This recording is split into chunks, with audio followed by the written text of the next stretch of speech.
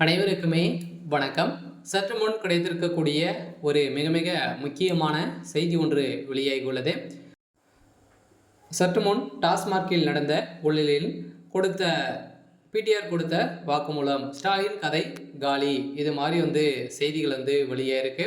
இப்போ பார்த்தீங்கன்னா ஒரு பரவலாகவே பார்த்தீங்கன்னா இந்திய வரலாற்றிலேயே முதல் முறையாக பார்த்தீங்கன்னா தமிழகத்தில் முதல் முறையாக டாஸ்மார்க் உடைய அலுவலகத்திலும் அதே மாதிரி பார்த்தீங்கன்னா டாஸ்மார்க் உடைய ஒப்பந்ததாரர்கள், ஸோ அதே மாதிரி பார்த்தீங்கன்னா டாஸ்மார்க் கடைகள், அதே மாதிரி டாஸ்மார்க்கினுடைய ஆலைகள், எம்பி ஜெகத்ரத்னுடைய ஆலைகளும் அதிரடியாக சோதனை நடைபெற்றது. ஸோ இந்த சோதனையின் அடிப்படையில் அதிரடியாக எக்கச்சக்கமான பணங்களும் நிறைய முக்கிய ஆவணங்கள்லாம் சிக்கியிருந்த அடிப்படையில் இதில் பார்த்தீங்கன்னா குறைந்த பட்சமே மெகா 1000 கோடிக்கு மேலே மெகா ஊழல் நடந்திருக்கு அப்படின்ற மாதிரி தகுந்த ஆதாரங்கள் காட்டப்பட்டு இருக்கக்கூடிய நிலையில் இப்போ பார்த்தீங்கன்னா செந்தில் பாலாஜி மீது மீண்டும் மீண்டும் குற்றப்பத்திரிக்கை பார்த்தீங்கன்னா தாக்கல் செஞ்சுருக்காங்க. இந்த குற்றப்பத்திரிகையின் தாக்கல் செய்த அடிப்படையில் மீண்டும் செந்தில் பாலாஜியுடைய கதை முடிந்திருந்தாலுமே இதுக்கு உறுதுணையாக இருந்த திமுகவுடைய தலைமைக்கத்தை என்ன செய்ய போகிறாங்க அப்படின்னு தான் எல்லாருடைய கேள்வியாக இருந்திருந்த நிலையில் தான் இப்போ அதிரடியாக முதல்வர் ஸ்டாலின் அவர்கள் பார்த்தீங்கன்னா இப்போ சிறையில் அடைக்கப்பட்டிருக்காரு. சொல்லலாம் பார்த்தீங்கன்னா இதில் பிடிஆர் கொடுத்த வாக்குமூலத்தின் அடிப்படையில்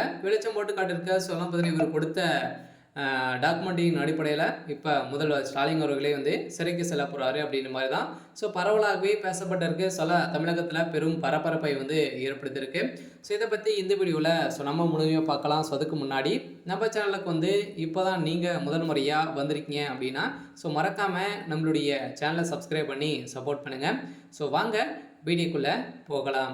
பார்த்தீங்கன்னா வரலாற்றிலே முதல் முறையாக பார்த்தீங்கன்னா டாஸ்மாக் உடைய நிறுவனத்தில் அதே மாதிரி டாஸ்மாக் உடைய கடைகள் அதே மாதிரி செந்தில் பாலாஜியுடைய ஒப்பந்ததாரர்கள் அவருடைய நண்பர்களுடைய வீட்டில் ரேடுகள் நடந்தது. இதில் திமுக சேர்ந்த அமைச்சர்கள் 2 அமைச்சர்கள் வசமாக சிக்கியிருந்தாங்க. இதனால் பார்த்தீங்கன்னா செந்தில் பாலாஜி அவர்கள் வாயத்திருந்தார் அப்படின்னா திமுகவுடைய தலைமைக்குமே காலி செய்யக்கூடிய அளவுக்கு அவர்கிட்ட அவ்வளோ விஷயங்கள் இருக்குது. இருந்தாலுமே செந்தில் பாலாஜி அவர்கள் இந்த வருடம் திமுக தலைமையகத்தை முடிக்க போகிறாரா அப்படின்னு தான் ஒரே பெரிய கேள்வியாகவே இருந்திருந்தாலுமே செந்தில் பாலாஜியை வைத்து முதல்வர் ஸ்டாலின் அவர்கள் நாடகம் ஆடி வந்திருக்கக்கூடிய நிலையில் தான் இப்போ செந்தில் பாலாஜி வைத்து எக்கச்சக்கமான கோடிகள் பார்த்தீங்கன்னா பணங்கள் சுருட்டி இருக்காங்க. இருந்தாலுமே செந்தில் பாலாஜி அவர்கள் தான் இதில் சிக்கியிருக்காரு. இருந்தாலும் செந்தில் பாலாஜி அவர்கள் நிபந்தனை அடிப்படையில் ஜாமீனில் இருக்காரு. இவருடைய ஜாமீன் ரத்து செய்யப்படணும் அப்படின்ற மாதிரி உத்தரவிட்டு இருந்த நிலையிலும் இப்போ அவர் பார்த்தீங்கன்னா அவருடைய சாட்சிகளை அனைத்துமே கலைத்திருக்காரு.